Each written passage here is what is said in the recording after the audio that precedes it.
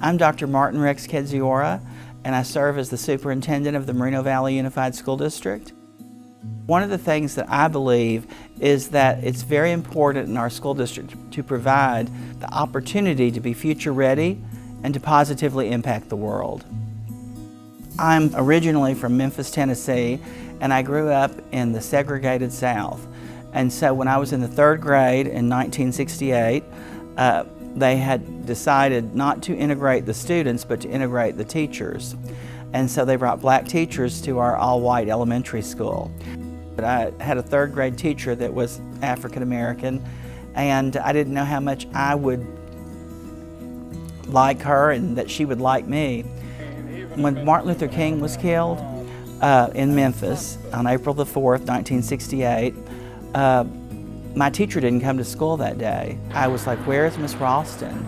And I'd watched the news the night before, and Memphis had curfews, and there was the National Guard there. And so I immediately went to the principal and I said, where is Miss Ralston? And she said, she can't come today. And I said, why can't she come? And she said, it's not safe for her. And I was like, I just don't understand that. I wanted to know how to get in touch with Mrs. Ralston. And I was very determined to find out if she was okay. I called Miss Ralston. I found the number and I called her. And Miss Ralston said, boy, what are you doing? I said, where are you at? She says, I can't come right now. I will call you tonight. She goes, you have to get off that phone because you're going to get in so much trouble. She said, I'm fine. I went back and told the class, Miss Ralston is fine. I was determined that if I ever, whatever I did, I would make it so that everyone felt safe and that people would not have to stay home or not feel like they couldn't come to school.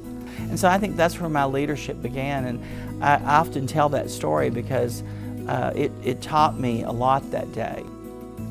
He's not only the superintendent of schools, he is the heart and soul of everything Moreno Valley Unified School District. I always knew in high school, I used to say I want to be a principal. I've been superintendent 6 years now, and I'll start my 7th year in February. I feel I don't know if it's a real calling or the destiny, but when I meet the children here and I meet their families, I feel a real sense of purpose, and I'm very honored, to listen to their stories, to help them, and to be part of their solution. One of the things that we're very mindful of is the air quality. And we have a lot of warehouses and just a lot of traffic. One of the first avenues that we pursued for the benefit of the students in the community was to find zero emission solutions to the diesel buses that needed to be replaced. Being able to get support from CEC, SCAQMD, the EPA, we were able to secure grant funding and replace 48 diesel school buses with electric.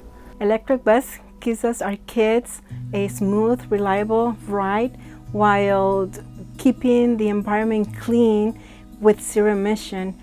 We charge our buses nightly during peak hours, during off-peak hours, to save the energy, and that's really good for our community. I think it's a really important endeavor for a school district whenever they have the opportunity to look at how they build buildings, to look at how they have solar, to look at how they have charging stations, to look where they can infuse that into their infrastructure, because we're designing buildings and opportunities for the future. And in our vision statement, when we say we want you to be future ready and positively impact the world, that's what we're doing through all of this, all this transportation, all these solar panels, all these buildings. We're making our district future ready so that we can positively impact the world.